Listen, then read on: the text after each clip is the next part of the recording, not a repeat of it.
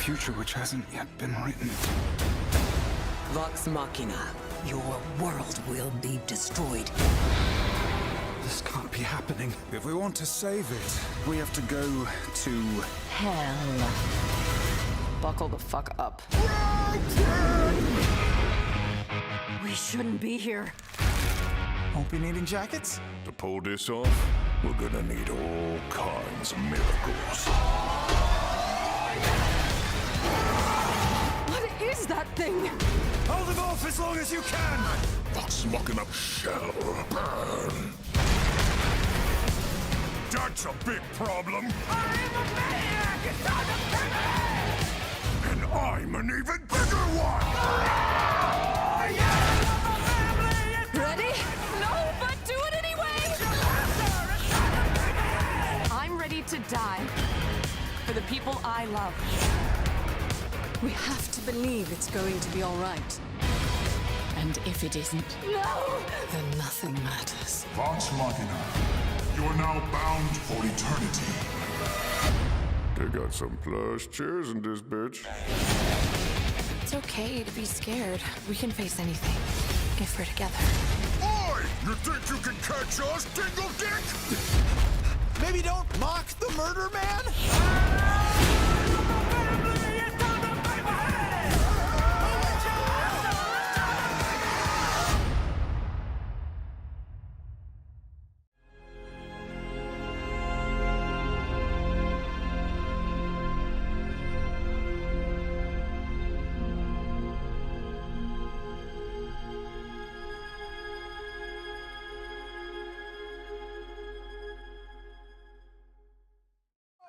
You guys, we are back. Welcome to the second half of our Legend of Vox Machina Season 3 Rap Party!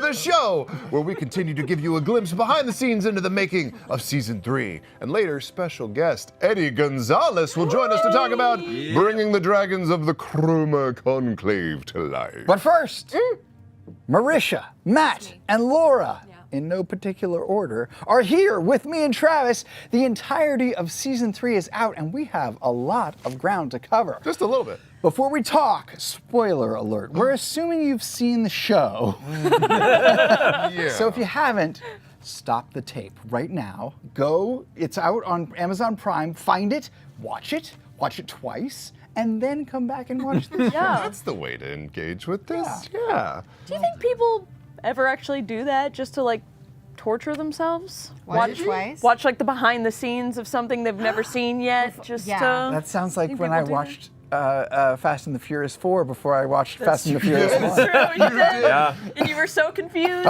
We kept sending you first Fast and Furious references, and you're like, they just drove across the border? I'm confused Like, about why. Michelle Rodriguez died? There's a helicopter and a tank. Oh, spoilers. Yeah. It's like watching a movie through the filter of the movie Memento. That's right. That's right.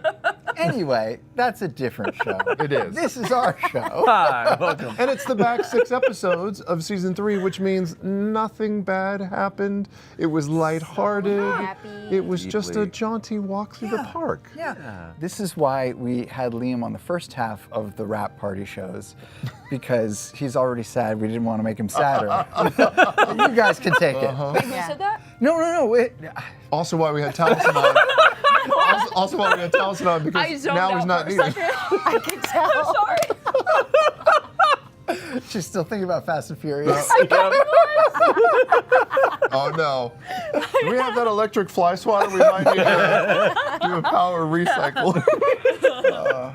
Anyway, I guess we should just get into it, Yeah, because let's get into it. episode 307, that's animation speak for Season 3, Episode 7. Very good. Got it. We had a main character. Die. Yeah. Yeah. Percival Frederickstein von Kowalski von Kowalski Musil. Rolo the third. Thank You you. always get so close, but never close enough. Just like Percy. And we diverged. Never mind. Wait. Sorry. Wait, did you not know Percy dies?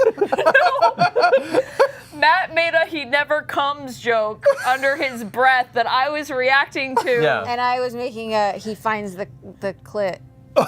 joke at the same time. Can I say that? Do I need to bleep We're that? trying to segue into character death, and the purple couch, we need to put airbags under your seat. Yeah, you do. It's real bad over here, y'all. God. Your friend just died, and this is how you talk? So sad. Yes. The love of your life. I know, it's so sad. Tell us how sad, Laura. Chuckles. It's so sad. It's so sad. No, it is so sad. I cried watching him again. It's so sad. It is very sad. It's sad.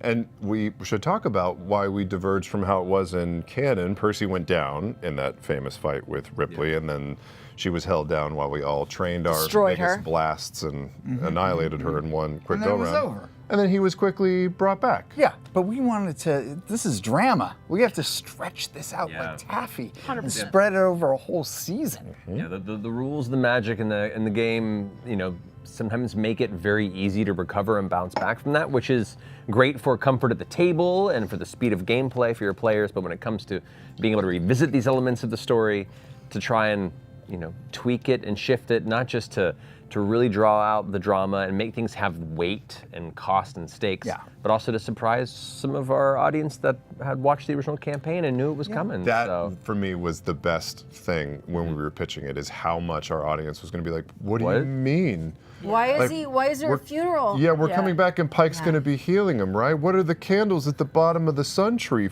for? What? There's something about all of the boys as the pallbearers. I don't know why. It's just something. Like the shot of just grog is the last thing, like pushing it. Oh. Yes, like So good. rough. It's good. It was a heavy, juicy. heavy episode, and also Marisha, this was one of yours. Oh, the first episode of the season, right? Of this half of the back season. seven. Yeah, 7. You co-wrote this episode with Eugene Sun. I did. How was that experience? It's, oh man. I mean, Liam and I have been taking like little victory laps because we got to write this season for the first time. So it was our writing debut, getting caught up to you two fuckers. No. But no, it was. I mean, it's incredible. It's an honor. I mentioned this in the press junket. I remember because we were sitting through the writers' room, and then we were breaking up who was going to write which episode, and I was like, I would be stoked with any of them except for 307 because that's a lot. And I was like, the burden, it's just too much. And then it was Marisha like, wants 307. I heard her just yeah, say. yeah. Wants 307. Somewhere on the shelf, the small shriveled monkey's paw was like, Once again. But no, it was amazing. I feel I'm pretty sure I remember. I think it was you, Sam. One of you two like gave me a pep talk because I was like, man, it's like Ripley. What do you think it was him? No. It might have been you. It was like, yeah, because it was Ripley and Percy, and I'm like, that's two certified geniuses talking and like having this like this battle of wits, and I was like, I gotta write not one really smart person but two and make them sound really smart. And then I think it was you being like, we really want one of our own on this, you got this, like it's in your you got it. And then like, turn around, I don't think she's got it. But yeah, it was awesome, and it's incredible to see it. To the challenge, you crushed it. Great, and you ended it with such a sad note, obviously. But our amazing episodic director Eugene Lee put in a spot for a song that could take us out to credits. In the original animatic, I think it was a My Chemical Romance song. That was what That's he right, used in the boards. animatic. That's right, yeah. But we wrote an original, and young Matthew Mercer sang it. And it's so good. It's so good.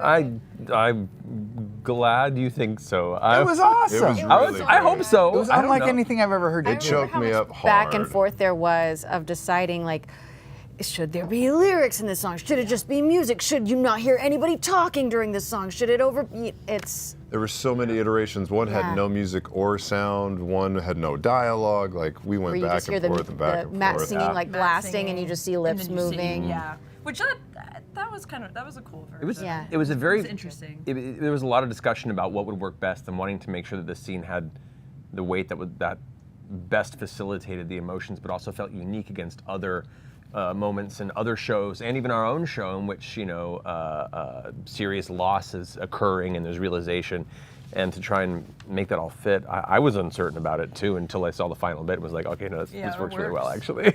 But in keeping the dialogue, I think I remember us mainly wanting to make sure we heard Vex's like final lines. Vex is the boy. Yeah. Please, I think, was it Please Don't Leave Me or? Something like Oh, there's a lot. Yeah, I it's- mean, But You did a lot of sad acting this season. a little less sad Sacting? acting. So yes, much acting.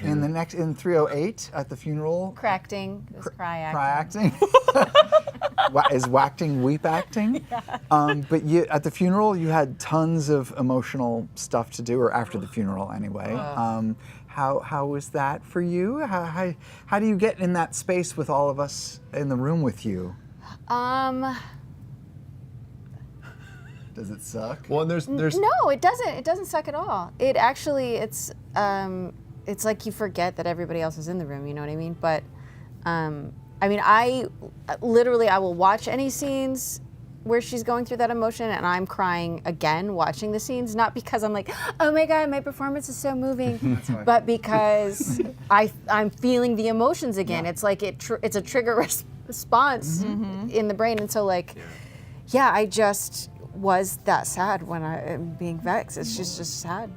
And that's where like the cast being in the writer's room helps so much because it wasn't just the funeral scene. There was also the very end at 3:12. The resurrection scene. Yeah, where you're sitting there over talking Percy and Yeah, and everything. having that little. I did. In the moment, yeah. The scene. So good. Well, everything happened. You know, we changed the order so much in their relationship. Like in the campaign, the resurrection happened before Vex had ever told him how she felt. They'd never even kissed when it happened. So, Oops. yeah. So like when it was pitched that, oh, we're gonna change the order around, and I was like, how's this gonna work? This is so precious to me. I don't know. But it ended up being so perfect, and the fact that they got just a glimpse of what their relationship could be before it was taken away Yeah.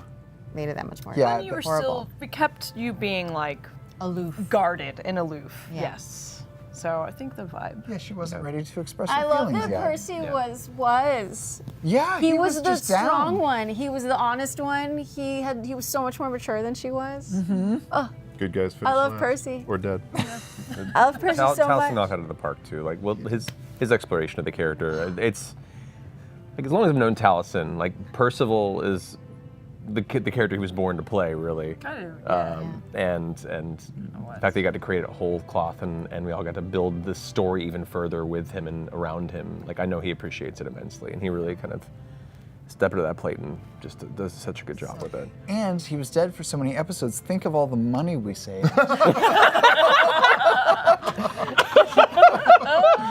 Yeah, that was the main reason. Yeah. No, we still made him come to every session, We didn't did. we? He It was like, was- no, you're gonna be he's this guy, somebody. this guy, this guy. He's still in every episode. Yeah. Yeah, he's And like that he's like two of Ripley's pirates. many and- pirates. Yeah.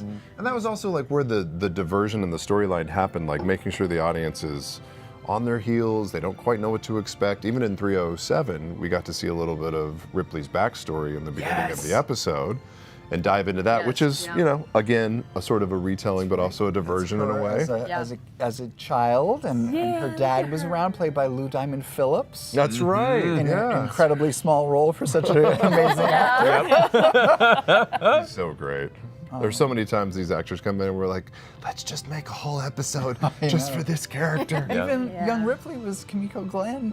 Yeah. Was it? Yes. Yeah. That's right. She has like 3 lines. Forgot about She's incredible. She's great. She did such a good job. I forgot. And just a glimpse of a little power-hungry political move by the Cerberus Assembly and kind of Yes, the assembly swoops in. Some assembly mages coming through, Just wrecking a- the countryside. Just a sprinkle. yeah. Got a Just little, little sprinkle Mighty of Nine lore. my A little dash of injustice There's to, one to- right there. to spur Yep. people on. Yep. It's fun. It's fun. Yeah. You know, just playing things, teeing it up. Larger world. But man, really great job, Marisha, on Yeah. that episode. It was a killer. Well, thanks for trusting me, Sam. No. I trust you. I don't trust you. No, sincerely, like it was an honor, and it's been insane. Yep. It's been insane to watch it And come to fruition. speaking of you put in awkward situations, in the next episode, you guys finally got your "I don't want to be alone" moment. Yeah. They finally get it together. Yeah, right after she's just funeral been like, sex. she's just sobbing to her brother, and he's like, "You're right. I'm gonna go bone my girl." Oh my gosh. Listen, the heart. That's how there. men think. Yeah. What it needs. You know? I'm just gonna be crying over here. See ya. Grief bang is a real thing. It is Yeah, when you're suffering loss, sometimes you need some strange, you I'm know? gonna give my brother a hard time. Look, he's No. not here to defend us. No, that's not real. That's not real. Speaking of siblings and pain, Okay. Laura Bailey, Vex trusts her brother to help her in getting revenge on Ripley after all this happens. Yes. Despite the two of them parting at the end of the season, which is a big question mark for our heroes coming out of season 3, do you feel that Vex and Vax are even closer now after all they've experienced? Man. Nope. No, look, here's the thing. I mean, he's her other half. Yeah, He's already that close. I think if anything, the two of them kind of drifted apart before that happened, and them combining and taking care of Ripley and trusting each other in that, I think that just brought them back together. Yeah, I mean the talk between the two of you when it's such a good scene at the funeral when Vex is crying at his casket, and he's like, you're like, yeah, I didn't tell him, and he's like, he knew, he was the smartest guy. He's like, and every time you looked at him, he knew, and I was like, So good. it's so good. So good. Speaking of twin moments, I think one of my favorite fights in the entire season is Vex and Vax tackling Ripley's ship. And there's like this really badass moment when you guys are cuffed together and he throws you at a bunch of pirates. Yeah. And it's so good. The pirate fight was really cool just Yeah. because we haven't seen a gun battle. Well, there's a couple gun battles in I'll this say season. Yeah, both of the gun battles in this season are awesome for their own Percy unique fighting in the ways. factory. Yeah. Yeah. That's So super Yeah. cool. It's like a classic gunfight showdown Yeah. with like the fantasy atmosphere around it as well, and then the ship fight just kind of brings it into a whole different wild dimension. Yep. Yeah. I feel like the ship fight, you got to see like, oh, this is what the twins were like before. Yeah. Before Vox Machina. But I loved it. With any fight with Vex and Vax now, every fight has to start with him getting his wings shot or injured, because otherwise the fight's over instantly. Or you getting your broom taken away. Like Yeah. they have to like not fly Gotta first. nerf him a little bit. Yeah. That's so true. Well, it also just means you're fighting opponents that are intelligent Yes. and tactical and Of course, strategic, and that's the course. only reason. It was like the Hand of Ord earlier in the season. They were the first guards that Vox Machina's encountered that were putting him to task. They Yeah. were just like easily handled. That's right. That's how Dramon Saord does it, you know? That's right. 100%. For later in the season, if we're talking about later in the season, there's some deaths. There's some other deaths besides Percy. Oh, yeah. Thordak dies, and I think it's overlooked a lot that Kashaw dies in the same episode. Yeah. Rough, man. Yeah. Super rough. Yeah.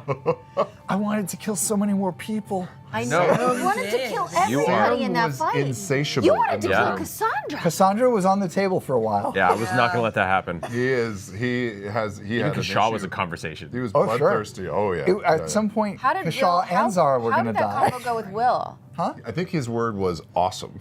He was down with Well, it. I think he understands, and especially after season 2, so many people love the character of Kashaw. Like, Yeah. they love the portrayal, the character, the personality. He comes back, and you think everything's going to be fine. He's going to aid in the fight, and then, bam! Ugh. Like, it's the blind It's so side. fast. And then, It's like, so Vax fast, looking which at is him. how it is in those situations. Yeah. Like, before you can even blink, the whole thing has changed, and one of the most, I think, loved and charming characters is just reduced to Squish. that. Yeah. To meet. Yeah. It's And then Mary. Which, I mean, when Her I scene think, talking to, it was talking to Pike. Which one? Yeah, I she still does. wanna- She tries Yeah. to Yeah. Pike. I want to hurt for a while. It's so rough. Oh yeah. Oh, When God, Pike's trying she's to so heal good. her. Yeah. And it's important too because I think we've all seen these types of adventure shows, and in fantasy, you feel like the cavalry comes in and that's good, and when you can shake the audience and unsettle them, that's where you're like, maybe I don't know how this is going to go. Yeah. Right? We've had one character that is dead and is still dead 2 episodes Percy's later. still dead. Maybe we're going to lose some more. Yeah, and later in the season 2, in the original campaign, Vox Machina was able to stop Raishan before she did her body swapping Thordak resurrection stuff. And in the writers' room for this season, we were like, there's got to be consequences, right? Like, so we decided to just make her successful and go through with swapping her soul with Thordak's body and bringing him back to life. It's the fun aspect of going back for the adaptation, is going and look at things that, like, the stakes were based on dice rolls and player choices, and I never want to rob the players of their creativity or good teamwork to stop something bad from happening. But if we can still get that victory eventually, but then let those stakes climb in ways that we can kind of engineer to be a little more, thrilling to go through, then we can. And it was so cool to go back and explore that kind of alternate version of that encounter and see it visualized. Oh, it was so cool. Yes. Before we forget, so I want to go back a little bit. Was it episode? Just go blah, blah, blah, and we'll put it in post. Great, thank you. It just ejected out of my brain immediately. Well, say what you're thinking. And then... No, it went completely away. Continue. What? Yeah. Really? The couch. It's been a week. I'll feed you. Since you went up. Thank you. The matron is set up as a bit of an antagonist to Vax at the end of the season, considering how it ends with a strange thing appearing on his arm. How do you balance? How do you keep the balance of making the matron a neutral entity in the show? Neutrality and in the campaign, honestly. Neutrality can have a lot of interpretations. Is it neutral in service of the function of a society and their morals? Is it neutral in the functionality of nature and the balance of the world's natural forces? Is it neutral based on what scale and spectrum? And could a being working towards an idea of neutrality be working towards a neutral goal, but the means of getting there can swing one way or the other in the moment? And that's very much where the matron comes from, because she is an incredibly aware entity with a lot of responsibility, with a lot of foresight, and has both a god's and a mortal's perspective on things. And so a lot of her interactions are tests, trials, pushing people in ways that are kind of even out of character for her to get them on the right path, or in some cases cruel ways of getting what will eventually be, in her eyes, the best means to the best end. And that's just a complication of what the matron represents. That's interesting too, because I hadn't thought about, sort of in the season, Vox Machina has some of that same discovery that they have to do some bad things to get good outcomes. They have to make this deal with Raishan. They have inter-party conflict, and Keyleth and Vax and the rest of the group sort of blow up at each other and they separate and stuff, but it's all, they're trying to do the right thing. They just have to break some eggs to make the omelet. Where's the line that you're not willing to cross to still get the best outcome in your perspective? And just wherever her line is, only she knows. And that's kind of the fun dubiousness of not being able to really understand or get a read on is she good? Is she helping us? Is she working against us? It's also so interesting looking back at the matron's actions through campaign 1 through the lens of what we know about her now in campaign 3. Yeah, So cool. It's true. EXU and stuff. Yeah, it's been a challenge not to go back and put too much in there, because for anyone that's just coming into the show specifically with no knowledge of any campaigns, you have to sort of stagger what they're. You don't want to give too what much they're away being too given. fast. Yeah, you want to keep that drip line the same in a way, Yeah.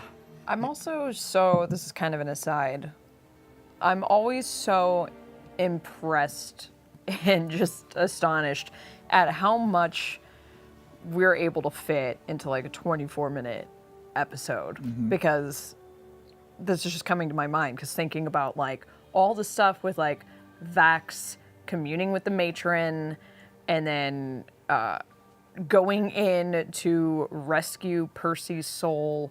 All of that happens in like the last episode or two. That's the last episode. After we kill Raishan. Yeah. The last episode. It happens so fast, a but lot. it doesn't. It doesn't feel rushed. It doesn't That's feel what's so rushed. impressive. Raishan / Undead Thordak battle happens Yes. in the last episode, resolves. Yes. Then the whole Orthax scene sequence starts Percy and resurrection. resolves, and they all say goodbye and split up at the Yes. end. And it's It doesn't feel crazy. rushed, which is a testament to somebody. We just need to talk fast. The effort. That too. Speaking of personal journees. I remember mine thing. Yes. So, say it so before I lose it again. a personal journey. I'm mine. Look at me. No, that's the opposite.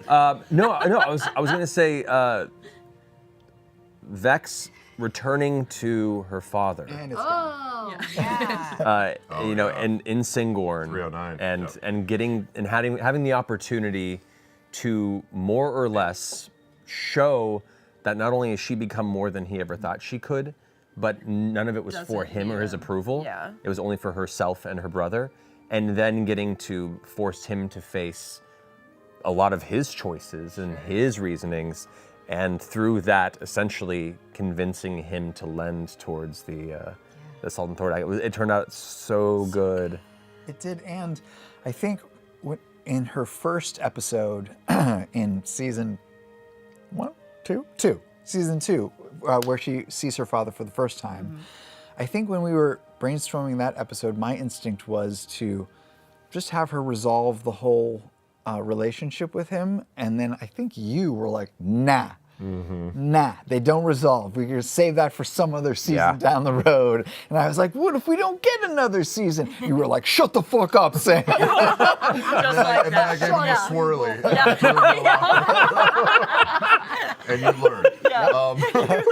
But that reminds us, we can now say that it's not just season 3. That's right. We also There's more to have a come. season 4. That's right. Yeah. And so much of this has been a first 2 seasons, which we had to plan very carefully, and then being thrilled at having a third, and now knowing that we have a 4th as well. So in some instances where it was Percy stays dead longer, a lot of people were looking forward to Bard's Lament and wondering, where wasn't that big explosive parting at the end of the season? Yes, the way that you make television shows is there's a season and it comes to an end and it has to end. And when we were talking about the Bard's Lament, which from the original campaign was Scanlan has this big blow up and curses everybody out and quits the group. What's my mother's name? Yeah. We didn't think we should end the season on that because we didn't know if we were going to get another season. Yep. And that could be the last scene of the whole series, which doesn't seem. And it was a in there great first way time. We to- tried it, and it just felt wrong every time. Yeah. So we try to maintain the essence of the bittersweetness of their breakup.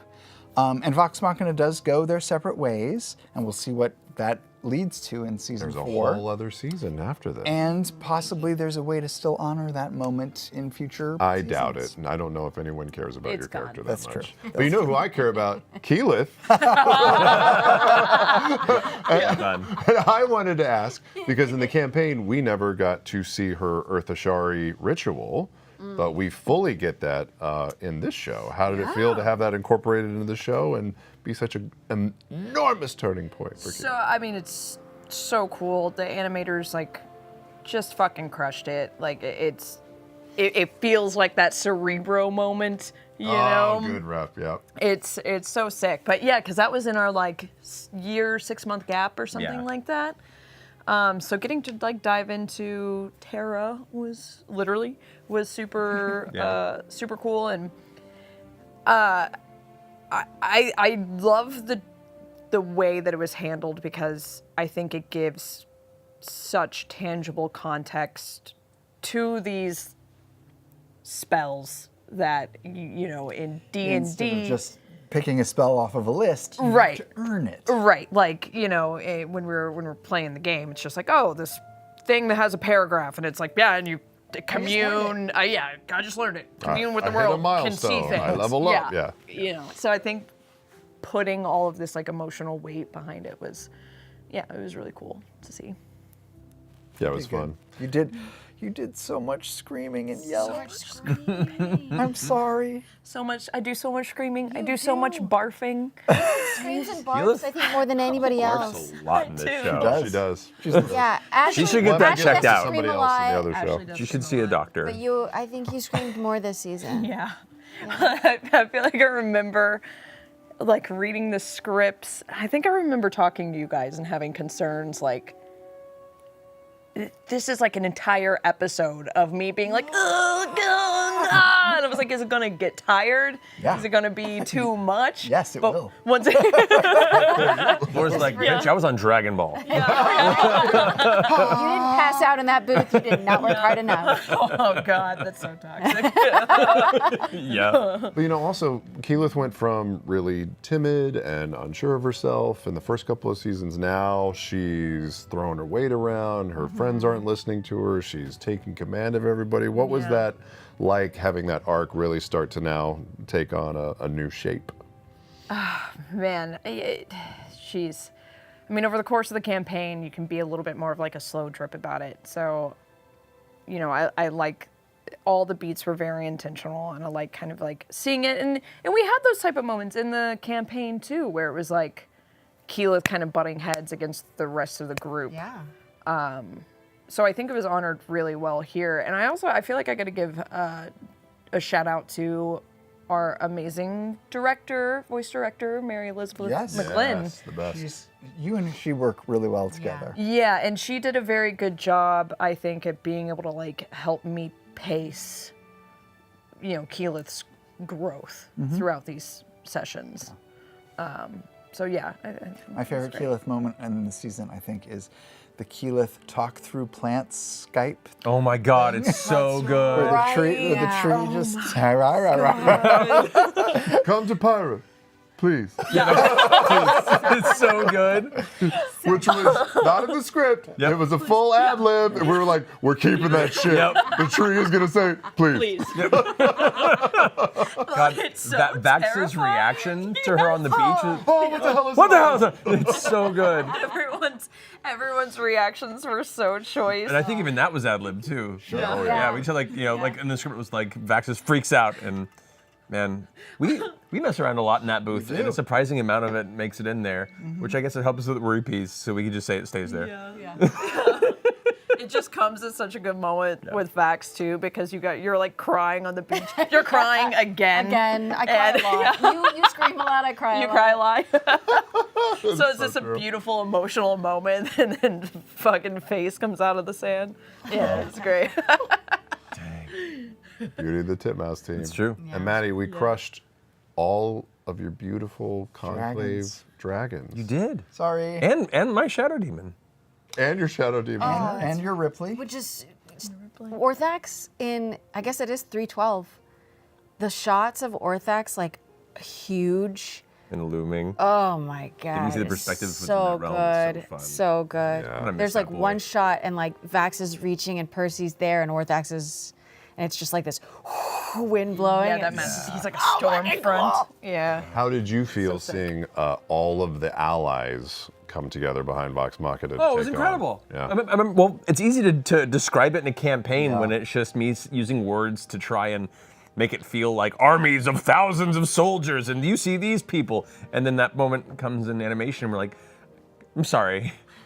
I'm so sorry. I don't know how we're gonna do this. Yeah, even though it's That was a real conversation. Yeah. that happened. it's hard, it's hard to fathom, but like even though it's animation, you can't just do anything because every one of those people has to be drawn. And so the Siege of Amman was really hard to produce. And, yeah, those some of the big army shots, big wide shots. Those are CG armies marching in. Some are sets. It was Lots of smoke to hide Yeah. stuff. I think the first draft that we sent in, our amazing supervising producer, Sanjin, was like, can we talk in person? It's like, if you come with your hands out and you have no bludgeoning weapons. He was like, I want to make this. I don't know how. Let's talk about it. But it turned out incredible. I mean, like Sunja knocked out of the park. Everybody knocked it out of the park because I wasn't sure how much was going to make it through, even in the early discussion stages of it. And yeah, it's rough to see my dragons die, but also I've been excited to see how epically they go. Like the whole Yank Vorgol fight at the beginning, the season was incredible. And then like the entire siege of Amon to the assault on Thordak, the turn of Raishan, and then, honoring that sequence of Thordak trying to escape and Vax getting to catch up and get that final blow. It was so good. The shot of like the falling corpse of Thordak above the city, like it's reminiscent to me of one of my favorite shots in cinema, which is the Batman plane? The other way. What? You just ignore him. Ignore him. Against the moon, and then it falls back down. That hurt me on like a spiritual level. It's Dr. Strangelove, isn't it? Yeah, sure. Nah, we're moved on. I got it. What is the favorite shot in cinema? It's when in Two Towers when Gandalf and the Balrog are tussling, falling into the mines of Moria, and there's a one like distant shot of the underground massive cavern. You just see like the Balrog falling, like the wall and the water, the little bit of light just glowing from it. Like it had a similar vibe to it, and like as soon as I saw that coming through the art animation, I was like, oh, yes. Yes! Sorry. We had a brief moment. Bring it back, Middlebrook of Battlefield Amon. Oh, there you go. Yeah, the amount of planning and stages and logistical prep that went into figuring out where the damage from Thordak had taken place, how we were going to move the forces in from the outside of the city in, where the pinch point was going to be. That there was going to be a pinch point, so that makes it much easier to rather than an army just charging through the whole city, we just put them in this one little spot that we could animate. Yeah, where you would probably want to attack from as many sides as possible, but concessions must be made, and you really can't tell when you're watching it. It seems like it's big. everywhere. It feels massive. Yeah. But those assets were made in 3D and 2D, and they used every bit. Jesus. Every time. Every bit of My only regret with this whole Siege of Amon is we only just got the barest little, the tiniest little Larkin. Just a tiny Larkin reference? Yeah. We got it in. We got it in. Got him in there. There was a bigger Name version Larkin. of that scene where I think we recorded it. That's Maybe right. even did an animatic of it where Vax was like, "Wait, who's Larkin?" And you were like, "Shut the fuck up!" and it went on for a while, and we watched it back, and we were like, "This doesn't make any sense." It does to us. Yeah, not with to context. anybody Why else. would Vax not know this? That happens a lot. People ask us, like, be fair. what about this little moment? Or the people asked, especially, like, is Keyleth going to do the goldfish moment in the show? Yeah. And, like, the Easter egg nod is obviously in the hot tub at the beginning of the chateau the scene. chateau. But as we were talking about it, we're like, where does it make narrative sense to have her go and do this all of a sudden? Die. And you just really, another you really death. can't Just quite find it. unhinged. Just body like It scattered. would just come across as like, something's real wrong with Keelan. Just Like, well, the producers are going through something, I guess. And I have to ask you, because our characters, Grog and Scanlan, are usually the comedic relief. Oh yes, they are. I mean, you're handsome, I'm more handsome. Sure. And the brains, Agree. while you are a dum-dum. Agree. What was it like having Scanlan have his heart torn open in this season? Oh, it was really fun to get a different side of Scanlan, who is growing and changing and pursuing a real relationship with someone. It was unusual and difficult. In fact, most of the Scanlan scenes, if not all of them, like all of the Scanlan Kaylee scenes, were written and recorded, and then at the end of the season, we went back and deleted all of them and rewrote all of them from start to finish. The Scanlan and Kaylee scenes? Yes, because only at the end of writing the season did we realize, oh, I see what his journey is. And so we had to go back and like redo it. And so we re-recorded all of those scenes. Let there be a lesson if you're writing, changing stuff all the time is fine. Yeah. Might be It's a little maddening, pricey. but it's fine. Yeah. Yeah, It was it's really so great. good. It was Yeah. great. And Ashley a nice crushed song. Yeah, it. Ashley You guys crushed are so good. Yeah, it was awesome. Hey, what a great talk we had. We should move on. Yeah, we probably should. Listen, When we come back, we are going to be joined by the wonderful Eddie Gonzalez, Dragon Wizard extraordinaire, and we are going to show you a little animatic, which is an alternate cut of a scene that we have from episode 309, and we will finish it up with the final thing when we come back. So we'll see you in a second. Hey, you've been the plan guy all day. You got another one? Me? I just punch things. Wait, I punch things. My children are born so hungry. Your blackened flesh will fill their bellies as recompense. Yep, that's me. Yeah, I did that. Sorry, thought this was an all-you-can-eat egg buffet. What are you playing at? What trickery is this? Wish I could take credit, but legit, this one wasn't my idea.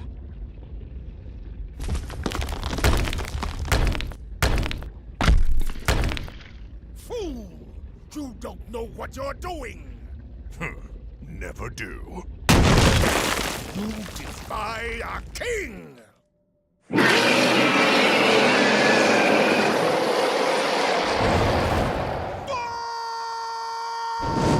dying! We are dying right now! Look! The exit!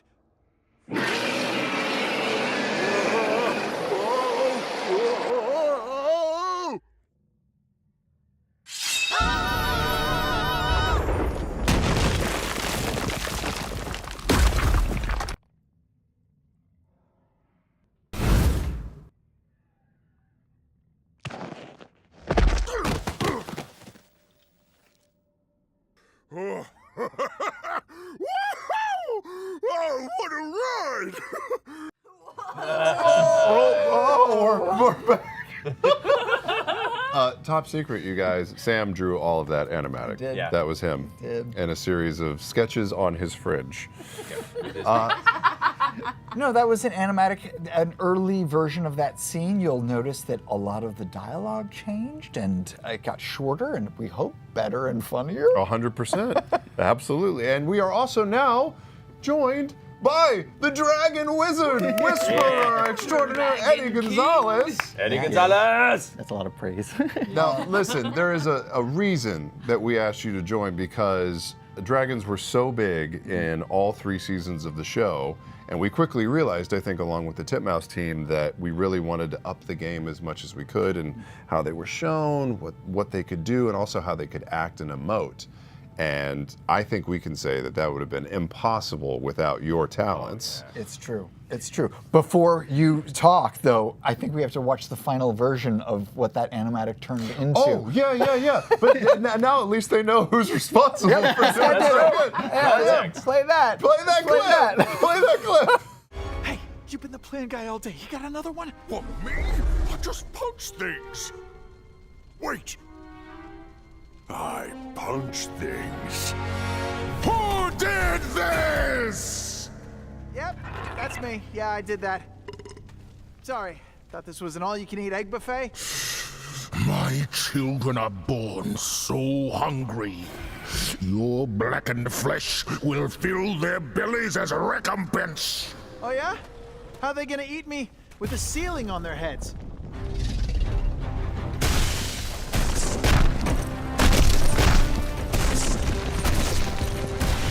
Fool!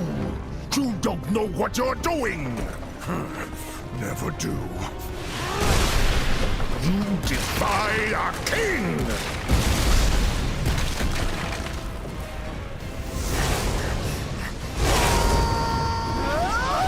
We're dying! We are dying right now! Look! The exit!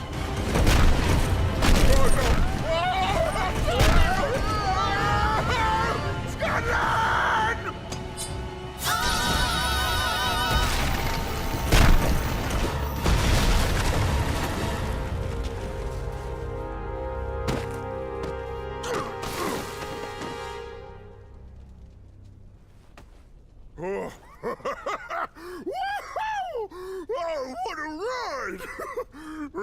villain? And that was that. That was the clip. And now let's talk about how you got there. Now you can see how the dialogue changed. Marisha, it's gonna be fine. Yeah. It was already that. Never mind. It's amazing. It's fine. Hey. Why are you so good at making dragons, Eddie? First of all, what is your job? Yes, tell us what you. So I am a technical director at Tip Mouse, and that can mean a lot of things depending between it's 2D or 3D. And for 2D, it means that I'm overseeing a lot of the 3D assets at the studio, and so making sure that the models are coming out and they're true to the designs that are 2D, and then they get rigged and animated in ways that are true to the animatic and what you guys hopefully like. Yes. But for us, you just were a dragon man. Yes, that seems to be the case. Well, there was a concerted effort to give the dragons a new texture pass first on those 3D builds.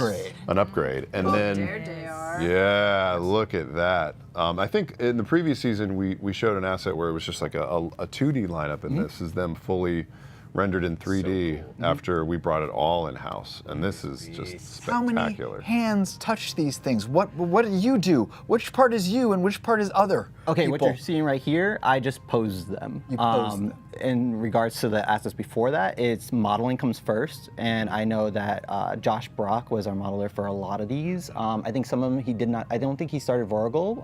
There was he fixed it up and brought it towards when we did the texture revamp. We also updated the models. But he was the modeler that we used predominantly on this. And then there was, for rigging, we had Kat Schumacher, who was predominantly on all these. And then This is what they. yes. What's that? What's that? So this is what we're seeing when we're in a program called Maya, where the assets typically just grayscale the whole time, because to render it, we press a button and it takes like 5 minutes to pull that image up. So let alone a whole shot will be a couple of minutes to do that. But Kat Schumacher will put the skeleton in, and the rig are the controls that you're seeing there that we grab and move to make sure that we can animate it. Like a puppet. Exactly. Cool. A lot of the things that you see in like stop motion, it's very true, except we're doing it in a computer screen rather than hands-on. Gosh. And then, and then you add like motion blur and other stuff to sort of make it seem more real. Well, the texture comes next, which is Laura Homan, and she'll make it beautiful. Arthur and her did a collab there where Arthur would paint it. There was a big thing where how to make them look good in the show and work with the 2D assets that they were around, so they weren't so jarring. And it was the call was made to paint them like our backgrounds, which Arthur was. That's so smart. Yeah, that's awesome. And so then Arthur would paint these in Photoshop, and with Laura's help, they would project it onto the models and then paint it on from there. Sick. Yeah. You know, which is a fast process. Oh, Yeah, it's yeah. tremendously. An afternoon. Maybe an hour. Yeah. Barely an afternoon. Oh, it turned out And then so good. can I ask about, because the dragons are so emotive and they also talk, which is more challenging, or maybe you can just talk in general about what is it like having dragons have facial expressions, mouth movements that match dialogue, and then also this fantastic sense of physics in their fights?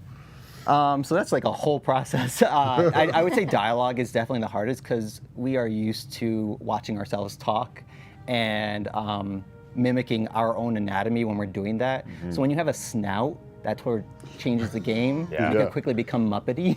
Yeah. And you don't want to do that. So we looked at those who did it great before us. Smaug specifically was a big influence. Yeah. Watching how they broke the snout into like 3 compartments, and the corner of the mouth is kind of treated like it's in the middle of the snout, and only really expressive emotes trigger the back to open up more. Things like that. And when you like go out to dinner with someone, do you just like look at their mouth? Oh, and, yeah. Like Oh, study that's it? gotta be It's a curse. Does that bother People who walk in different ways, we're just like, how are you doing? Can you eat this meatball? Can you do it again for me? And you guys looked at Matt's expressions from some of the old campaigns too? Yeah, Kat, our rigger, actually, when she was making the rig for the face, wanted to make sure she could achieve emotions that see a you lot of acted Matt so in there. well. I do. Matt, make that face right there. Oh, they. Yeah. Wait, that. give us this one. Oh, there it is. Oh, yeah. I can see it. Oh yeah. That's incredible. I see it. The second to the bottom where he's like, hit. You know, I'm gonna pounce. you forget what you do on camera sometimes. That's the way to do it, though. Of course, it's the only way I can do it. Yeah, that's the short memory. That bottom one was actually a strong inspiration for how we would pose Thordak, a very proud chin up. And started looking at characters like Mufasa to see like, okay, very chest out, head high. And a lot of the direction and how we were animating was maintain that. And only when he starts to get crazier do we break from that proud pose. That's so cool. What about the other dragons? What like Umbrasyl and stuff? Like what? So like creepy, sneaky. And they had Umbrasyl different was snouts too. Joanna from Rescuers Down Under, the monitor lizard. Ooh, yeah. Oh my gosh, yes. Raishan was Jafar. A lot of Disney characters were getting here. They are good at animation. Except for Vorgol, who was just a bulldog / rhino. Yep. He was very beholden to how he moved. So And also his I mouth suddenly had... like Vorgol more knowing that he's Oh, look at him. Squat boy. Look at that He's guy. such a good boy. Stacked. So good. And Umbrasyl had like the least amount of mouth material to work with because it was very thin. And I remember we were talking about that a lot as he started to talk and everything. Was there a hardest dragon to animate or to work with? Vorgol definitely was, because the glaciers on his back constantly have to be adjusted so they were not going into themselves. Oh, cracking into each other. Yeah. So in the Yank fight, when he's like moving him around, I'm like, okay, every frame I need to make sure the glaciers are like equally distant apart from each other. So that was a problem. I was happy to see him die. Speaking of the Yank The fight. fight, yeah. Let's talk about that The fight. Yank fight, because that was that fun so cool. or painful for you, or both? Both, definitely both. How long do you work on a fight like that? So that fight sequence was a month long. I spent on the whole sequence. It was Young Heller did that. the he director. did. Choreography. And when I saw that, I said, I want this. I don't want to touch anything else. I just want to touch this. Stone Cold Stunner. And a lot of my job is like overseeing a lot of other things. So Kay's like, are you sure? Do you have time? I was like, I'll make the time. This is mine. Yeah. I'm so glad you did, man. It turned out so good. Yeah, me too. Yeah, there's clips, I think, or something, right? Yeah. There's some sort of like progress. How do you choreograph a fight like that? I know there's the 2D ref, but like the spatial. There's some liberty we have to take, especially if we take into consideration where the previous shot came from. I believe this one is a case where he starts off in the animatic relatively still, but in the previous shot they were charging at each other. Yeah. So I have to make sure I respect the previous shot. But yeah, this shows the layered process and how, in the end, effects will cover everything. That is so And cool. boom. There it is. Yep. But yeah, So I think a lot good. of it was in the animatic. Young has it. And so it was just taking those beats, making sure. I think we had to extend the animation because the 2D was going a bit fast and I didn't have time to travel realistically between things. So all I did was add time in places to help me get those hits. There's also that challenge too on that scale, because if things that big go too fast, then it tends to make it seem weightless and not have the impact. So like, yeah, that's an interesting blend. And then not going too slow to rob us of the intensity of the moment. Yeah. I think it's like a perfect balance to get that, which is a testament to you, man. That moment just feels so like being a kid with your action figures and being like, ah, That's how I describe animation to like my kid, is like, this is what I'm doing just for a job. So if you like this, we can do this. Was it weird getting Yank in there as well, since you were living, I mean, it was sphinxes and then dragons, and both of those are quadrupeds with wings and... With an occasional horse-drawn carriage. Or animated horses, because Sunjin hates horses in animation. Afraid of horses. I'd say Yank was a relief because bipedal is much easier because I can do that and see myself doing it. But when I'm doing the dragons, it's a lot harder to achieve that. Now hold on. Are you saying that you go out and act and that, film? Yeah, that clip of Yank, he gets sort of knocked back for a second. Did you film yourself doing that? The knockback I did need to do to try to catch myself. Oh! I did not. Really? We couldn't keep that safe. And we need it. So there's an iPhone video of you somewhere? Just there might be that, but I know that I think in Honey, season... kick me harder. in season 1 with like the zombies, I had to like drag myself across my driveway when I like Across got the your job. driveway? I didn't like I think it was during Why not COVID. something nicer? We didn't. It was like a small apartment. What you don't know is he like broke glass and threw some nails on Because there. you want Really to got get into you it. want to get the camera to be like perfect so you can see yourself making contact. With the Yeah, grass, makes it was sense, just yeah. going through. So on the road was I had a straight like wide shot. I could put the camera really far away in a long road, then I can see myself. Did anyone That's so stop while you were doing that? And He lives in Florida. That's normal. I was just an alligator for a moment. big pole arm comes in. No, it's just a They guy. kept their distance. That's amazing. I would personally like to see one of those videos. Just text it to us. And volunteer myself as tribute for the next time you need to kick somebody around. That would be amazing. Yeah, We got that on tape. Did you have a favorite dragon? If there was a hardest It was one? Umbrasyl, definitely Umbrasyl. Yeah. I felt like he, it was fun being that sort of sliminess in there. Yeah. I think that while the Proud Thordak was cool and chin high, it was very restricted to that, where he was like able to go more wide with his sliminess.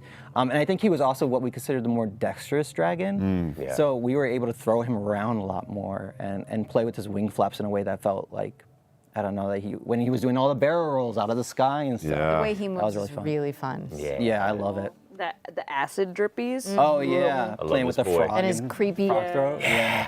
The Sphinx fight between him and Kamal Giori was just Yeah. brutal. Kamal's feathers were brutal, so I was okay to see him die too. We had to make sure all the feathers are not like intersecting with Like each clipping other. each other, yeah. There are times where I just like delete a bunch of feathers for one shot. Like, no, they're too much of a problem. Okay, valid. When it's a 2D character and a 3D character are interacting, are you doing that simultaneously? Like our Korean studio Rev is doing the 2D stuff. Are they? And you're doing the 3D stuff. And when does it sort of marry? And how? Hey, does one go first and then someone else, or?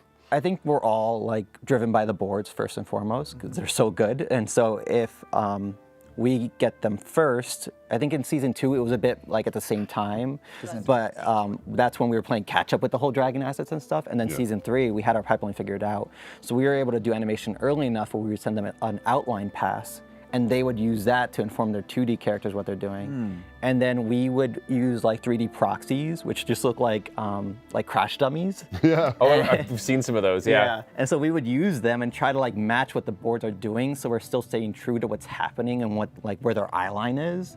I think I remember there was a point where Vax was looking for Umbrasyl, and Umbrasyl appears behind him, and where he was would affect the eye line. Oh, sure. And I think we had to like shift the animation afterwards because the 2D was a little bit off, and he was just looking a little bit off, going, "There you are," but he's over here.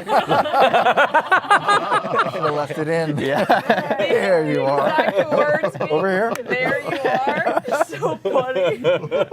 My depth perception is a little off. Yeah, they do such a seamless job, and it's also a credit to the back end artists at Titmouse with the comp process. Post-team, as you saw there, oh my God, Nico and all of them. Nico is also a wizard of the highest order. The texture will get us like so far with matching sort of the background look, but the comp team just really marries it into the 2D. And anytime you have like 2D on top of the dragons, I think in that Vorgol Yang fight, you see like rain or snow like coming off all the hits, really selling the impacts more. It just adds like 110% more to the shot. Yeah, the comp team really kind of, like you said, it marries everything together. It's so interesting watching even like final animation. I mean, like this is really cool, but you can't quite describe what is missing. Yeah. And it's that connective tissue that brings everything in, and you know it's the haze, it's the colored light bounces, it's the sort of blaster energy effects, it's weather aspects, and there's so many little tiny things individually, but when they all get layered in together on top of all the animation bits, the lighting changes, the shit, everything clicks finally.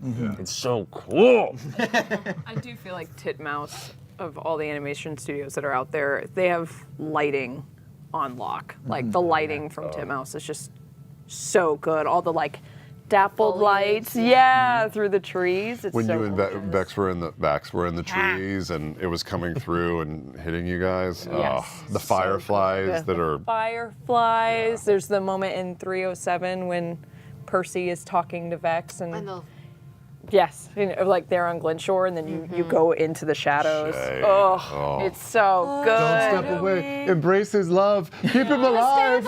Stay in the light. Like spending my whole early part of my life studying animation, like 2D and 3D, I live vicariously so heavily through all the work that you've all done on this series. It's my favorite thing. So thank you for what you do. A shout out to, I know for this season we had Studio Flux doing a lot of our animation. Oh, yeah. Awesome studio, they're knocking it out of the park. And we're using them still for season 4. Sure, yeah. But yeah, they've been great. The dragons are dead. We think. Before we get there, there was one other dragon. There's the undead Thordak design. Yes. What can you talk about that at all? Like it was sort of combining multiple aspects of different dragons and also making them all fucked First up of all, and broken. this is and so how do you heavy metal. How do you make a dragon and then break it?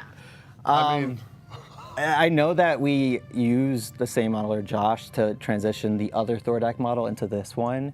I think. Look at these concepts! The design team absolutely flipped when they were like, wait a minute, you're making him undead? How hard can we go? We're like, go too far. So cool. Go too far. And going from like Vorgel's complaint about the ice glaciers, when you guys said, oh yeah, let's get like rib cages that are all next to each other. I'm like, yeah, this will be fine. Blood in the face, eaten away. Oh, from the Raishan poison blast at the end of the fight.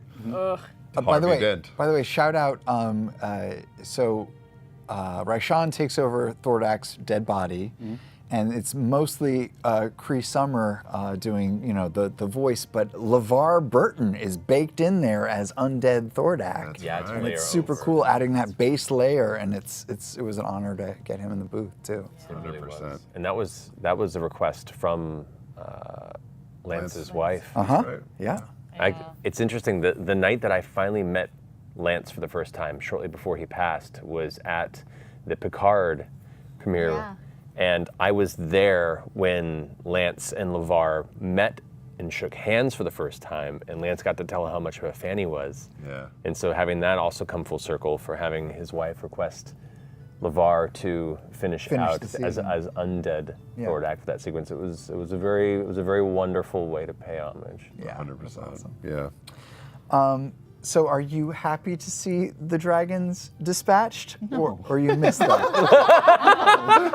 Why didn't the characters die? You let the dragons live. Are you saying that in our little end of the season button and tease that there need to be even bigger and crazier and more world-shattering enemies like that in I feel like, season 4? does Kay have a laser on me right now? I know, there is a red dot on my forehead. We talked about this, you promised! I mean, Kay and Tony. being fans of the show, I know dragons that could possibly come. If Ashley could keep rolling dragon encounters, I would appreciate that. It's always Ashley. Yeah, so I look forward to that. But also, there are other opportunities to creatures in general. I love doing all of them, so it's always a privilege. Man. Sick. Yeah, we can't thank you enough for hanging out with us. We told Eddie about this shoot 48 hours ago, and you flew from Florida for this? Done. Why do you like this? Why do you like our show? I don't know. It's so fun and freeing. I have 8 years in the industry, and I think this is, it's sad to say, I guess, this is my peak. Can I stay at my peak? Oh, Eddie, just getting started. Hire this man. Just getting started. More to There was a clear line of demarcation from when you joined the project and all of the acting with the dragons that came after it. Oh, yeah. We have been on the receiving end of all of your talent. It's been a pleasure. I loved having the talk with you and being able to say, okay, so what were they thinking? Because we didn't get a lot of behind the scenes on the live stream about what the characters were up to. So I was happy to dig deep and find out like what Marissa was up to, what Raishan was up to, and also get to Necro Thordak. That was awesome. Oh yeah. Well, don't worry. Every opportunity we have to drag you in to make some really epic, terrifying creatures through this and other projects, we'll be bringing you along. I just wish we had like more epic stories to tell. That was it. All right. Well, that is a wrap on the wrap parties for season 3 of Legend of Vox Machina. Man. Thank you so much for joining us. The entire season is out on Amazon Prime right now. Watch it, or maybe watch it again. Yeah. Either way, thank you all for joining us. Thank you, Eddie. Thank you, Travis. Thanks you, both for Kat. having us. Yeah. It's been wonderful It's our pleasure, to be on you your know. show. Great to meet you guys. We sleep, we live here, but I guess if you have to, that's fine. Does this mean we booked it? We'll call your Yeah, agent. Okay. Appreciate that. Don't wait. Keep an eye out. Thanks, everybody. Thank you, Thanks. Sam. Thank you, everybody. Travis. Bye-bye. Love you guys.